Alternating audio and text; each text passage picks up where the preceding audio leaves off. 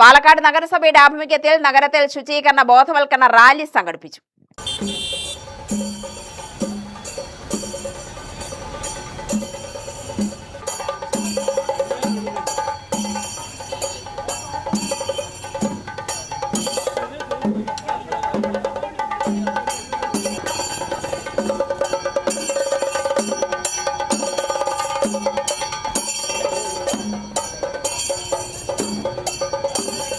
നഗരത്തിൽ കടകളിലും ഇതര സ്ഥാപനങ്ങളിലും നേരിൽ ചെന്നാണ് കൗൺസിലർമാരും ഉദ്യോഗസ്ഥരും ശുചിത്വത്തെക്കുറിച്ച് ബോധവൽക്കരണം നടത്തിയത്.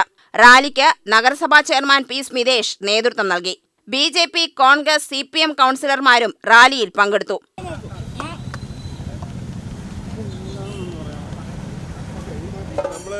ഓണത്തിന് പരമാവധി മാലിന്യം പെരുപ്പം കുറയ്ക്കുക എന്നുള്ളതും ജനങ്ങളെ ശാസ്ത്രീയമായ മാലിന്യ സംസ്കരണ രീതിയിലേക്ക് ആകർഷിക്കാൻ വേണ്ടിയാണ് നമ്മൾ പരിപാടി ചെയ്യുന്നത്. നമ്മൾ മാലിന്യം സംബന്ധിച്ച് ജനങ്ങളുടെ ഇതിനെ കുറിച്ചുള്ള അവഗാഹം അളക്കുക എന്നുള്ളതാണ്. അത് കൃത്യമായിട്ട് ഉത്തരപ്രദേശിൽ നമ്മൾ സമ്മാനവും കൊടുക്കുന്നുണ്ട്.